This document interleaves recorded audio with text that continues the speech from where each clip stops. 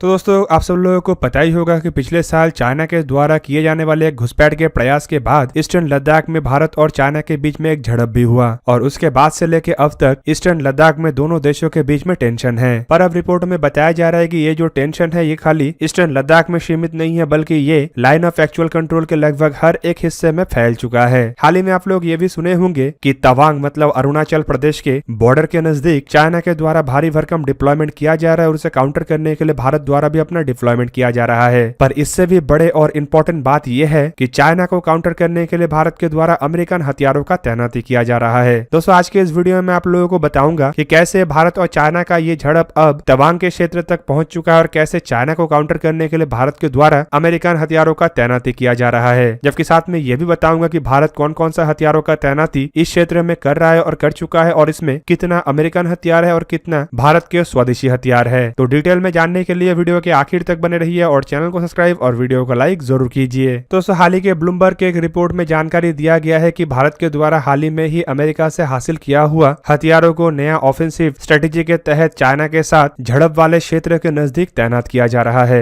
Basically report में अरुणाचल के तवांग के क्षेत्र का जिक्र किया गया है जो कि भारत तिब्बत और भूटान के बॉर्डर के पास स्थित भारत के एक क्षेत्र है। दोस्तों रिपोर्ट में बताया जा रहा है कि इस क्षेत्र के ऑपोजिट साइड में चाइना की तरफ से भी भारी भरकम तैनाती किया जा रहा है और इसी के ही काउंटर में भारत की तरफ से ये तैनाती है। दोस्तों आपके जानकारी के लिए बता दूं कि ये जो तवांग है ये पॉलिटिकली और मिलिट्रीली काफी महत्वपूर्ण क्षेत्र है और इसके ऊपर चाइना के द्वारा दावा किया जाता है। पर बेसिकली अगर देखा जाए तो ये भारत का क्षेत्र है और चाइना का ये इलीगल दावा है। असल में तवांग क्षेत्र के पॉलिटिकल महत्व तो ये है कि 1959 में जब चाइना के द्वारा तिब्बत को हथियाया गया तब तिब्बत से धर्मगुरु तवांग के रास्ते ही भारत आए थे और इसके करीबन 3 साल के बाद चाइना के साथ भारत का एक लड़ाई भी हुआ था जिसे आज हम 1962 के लड़ाई के नाम से भी जानते हैं। पर दोस्तों 1962 के लड़ाई के बावजूद चाइना के द्वारा तवांग के क्षेत्र के ऊपर अपना कब्जा जमाना पॉसिबल नहीं हो पाया और आज भी तवांग भारत के अभिन्न अंग है। पर दोस्तों बीते 60 सालों में चाइना का मंसूबा थोड़ा भी बदला नहीं है, बल्कि बीच में कभी कभी धीमा पड़ा है, लेकिन हाल ही के सालों में चाइना फिर से अपने जमीन हथियाने के मंसूबे को तेज किया है और इसे ही देखते हुए भारत के द्वारा अमेरिकी made Chinook helicopter, ultra light howitzer राइफलों का तैनाती इस क्षेत्र के नजदीक किया गया है। जबकि सुनने को यह भी आ रहा है कि भारत के द्वारा निर्मित सुपरसोनिक क्रूज मिसाइल और नया जमाने के सर्वेलेंस सिस्टमों को भी इंडियन ट्रूप्स के मदद के लिए इस क्षेत्र के नजदीक, इवन कहा जाए तो चाइना के साथ लगे हुए हर एक बॉर्डर के क्षेत्र के नजदीक तैनात किया गया है। दोस्तों भारत के द्वारा ये जो अमेरिकन हथियारों का डिप्लॉयमेंट किया गया है, यह असल में हाल ही के ही कुछ सालों में भारत द्वारा अमेरिका से खरीदा गया। इवन इनमें से कई सारे हथियार तो ऐसे भी है जो स्पेशली चाइना को ध्यान में रख के खरीदा गया है। दोस्तों पिछले हफ्ते मिलिट्री पर्सनलों के द्वारा इस क्षेत्र में रिपोर्टरों के एक ग्रुप को स्क्वाड करते हुए अपने ऑफेंसिव कैपेबिलिटी का प्रदर्शन किया गया। जबकि ईस्टर्न आर्मी कमांड के commander lieutenant general Manoj Pande के तरफ से ये बताया गया कि आर्मी को एजेल, लीन और मीन बनाने के लिए काम किया जा रहा है ताकि इसे तेज गति से उपयोग में लाया जा सके और इसके लिए आर्मी को बूट्स, आर्मर, आर्टिलरी का सप्लाई किया गया और साथ ही साथ एयर सपोर्ट को भी कंबाइन किया गया है। उन्होंने अपने बयान में यह भी बताया कि mountain strike corps fully operationalise हो चुके हैं और इसमें स्थित हर यूनिट, चाहे वो कॉम्बैट यूनिट हो या फिर कॉम्बैट सपोर्ट यूनिट हो, फुल्ली तैयार है और इक्विप्ड है। दोस्तों चाइना और भारत के बीच में ये जो टेंशन है ये पिछले साल तब शुरू हुआ जब मई महीने में चाइना के द्वारा भारत के क्षेत्र के अंदर घुसपैठ करने का प्रयास किया गया था। इस प्रयास को तो भारत के द्वारा विफल कर दिया गया, लेकिन इसके बाद चाइना ने और एक प्रयास किया जो कि एक खूनी झड़प का रूप भी लिया और दोस्तों उसमें भारत के 20 सैनिक शहीद भी हो गए थे। जबकि दूसरी तरफ अपने जान धरती के लिए निछावर करने से पहले उनके द्वारा भी कई चाइनीज सैनिकों को मार गिराया गया था। दोस्तों आपके जानकारी के लिए यह भी बता दूं कि हाल ही में चाइना के द्वारा बॉर्डर को लेके एक नया लॉ भी पास किया गया और इसके बाद इसे लेके भारत की तरफ से रिएक्शन देते हुए बताया गया कि बॉर्डर में ये टेंशन और अधिक एस्केलेट कर सकता है। जबकि चाइना के स्पोक्स पर्सन के तरफ से बयान देते हुए बताया गया है कि ये भारत का खाली एक स्पेकुलेशन है। दोस्तों बीते 1 साल के अगर डिप्लॉयमेंट को देखा जाए तो ब्लूमबर्ग के रिपोर्ट के मुताबिक भारत के द्वारा ज्यादातर सैनिक डिप्लॉयमेंट ईस्ट के तरफ किया गया और कम से कम भारत अभी 30,000 सैनिकों का डिप्लॉयमेंट ईस्ट में करके रखा है। जबकि ब्लूमबर्ग के रिपोर्ट के मुताबिक जो तवांग का क्षेत्र है वो अभी भी भारत के साथ कनेक्टिविटी के मामले में सही तरीके से जुड़ा हुआ नहीं है और पुराने कई सारे रास्तों से ही ये भारत के साथ जुड़ा हुआ है और यहाँ पे इंफ्रास्ट्रक्चर के मजबूती का एक बहुत बड़ा आवश्यकता है। जबकि दूसरी तरफ ब्लूमबर्ग के रिपोर्ट में इंडियन आर्मी के उच्च अधिकारियों का हवाला देते हुए बताया गया है कि भारत अब चाइना को कड़ा टक्कर देने के लिए तैयार है। पर इंडियन आर्मी के उच्च अधिकारियों का सबसे बड़ा टेंशन है बांग्लादेश बांग्लादेश, नेपाल और भूटान के अंदर स्थित भारत के नैरो कॉरिडोर, जहां से रेल मार्ग, सड़क, गैस पाइपलाइन और कम्युनिकेशन के अन्य सुविधाओं भी गुजरा है और इसी क्षेत्र को चिकन नेक या फिर सिलीगुड़ी कॉरिडोर भी कहा जाता है। फिलहाल आर्मी के उच्च अधिकारी इस क्षेत्र के प्रोटेक्शन को लेके ही सबसे अधिक चिंतित है, क्योंकि यही एक क्षेत्र है जो काफी पतला भी है और काफी वाइटल भी है। दोस्तों देखा जाए तो यह जो चिकन नेक या फिर सिलीगुड़ी कॉरिडोर है, ये भारत के नॉर्थ ईस्ट को भारत के साथ फिजिकली जोड़ के रखा हुआ है और चाइना का इसके ऊपर नजर भी है। दोस्तों 2017 में आप लोग डोकलाम के झड़प के बारे में तो सुने ही होंगे। असल में चाइना की तरफ से इस झड़प को इसीलिए किया गया था ताकि सिलीगुड़ी कॉरिडोर के काफी नजदीक स्थित डोकलाम के घाटियों में चाइना अपना रोड का कंस्ट्रक्शन कर पाए, और इसके लिए चाइना भूटान के क्षेत्र से अंदर घुसपैठ करने का प्रयास कर रहा था, जिसे भारतीय आर्मी के द्वारा रोका गया। पर दोस्तों हाल ही में भारत की तरफ से नया गठन किया गया एक ब्रिगेड अब भारत के लिए चाइना के खिलाफ गेम चेंजर साबित होगा। रिपोर्टों में बताया जा रहा है कि तवांग के दक्षिण में कम से कम 300 किलोमीटर के डिस्टेंस में भारत के द्वारा एक नया ब्रिगेड का गठन किया गया है, जो कि इंडियन आर्मी के एक ऐसा बेहतरीन फॉर्मेशन है जो ऑफेंसिव ऑपरेशनों को अंजाम देने में सक्षम है। दोस्तों आपके जानकारी के लिए बता दूं, भारत के इस ब्रिगेड को उसी स्थान में रखा गया है जिसका इस्तेमाल द्वितीय विश्व युद्ध के दरमियान अमेरिकी फोर्सेस के द्वारा चाइना के अंदर जापान के आर्मी को मात देने के लिए किया गया था।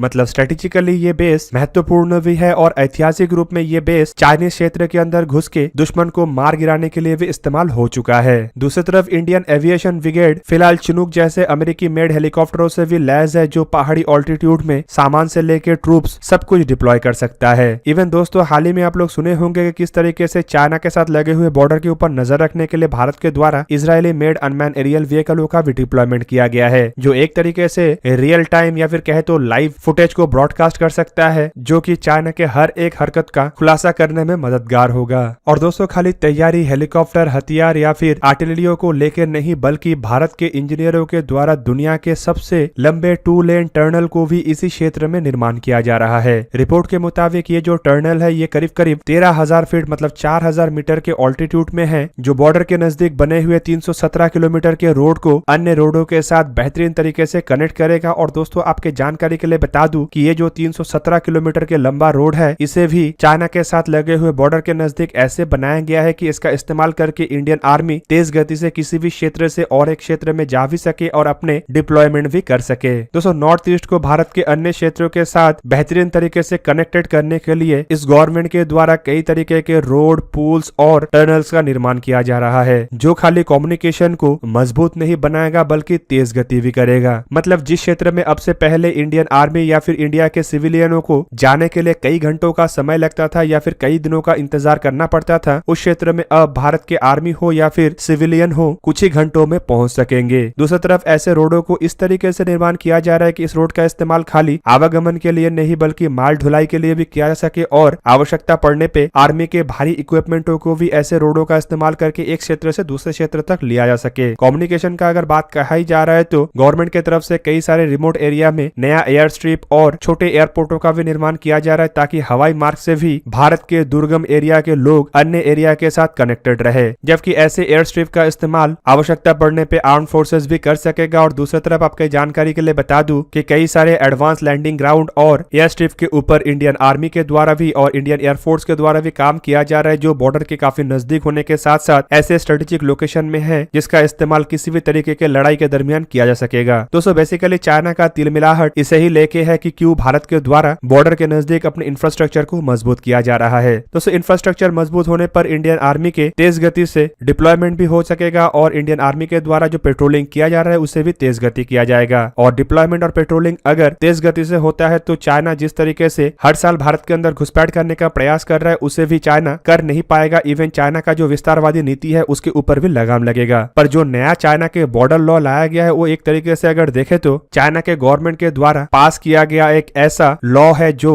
जमीन हड़पने को लीगल बनाता है। बेसिकली इस लॉ के तहत चाइना के द्वारा विस्तारवादी नीति को मोहर लगाने का प्रयास किया जा रहा है और ये भी प्रयास किया जा रहा है कि चाइनीज आर्मी अगर किसी क्षेत्र के ऊपर घुसपैठ करता है तो उसे भी लीगल ठहराया जा सके। तो दोस्तों ये था आज का वीडियो। अगर आपको वीडियो अच्छा लगा तो उसे लाइक कीजिए और मेरे चैनल को सब्सक्राइब कीजिए और साथ में बना हुआ बेल आइकन को भी प्रेस कर दीजिए ताकि आप मेरा वीडियो देख पाए सबसे पहले। जय हिंद।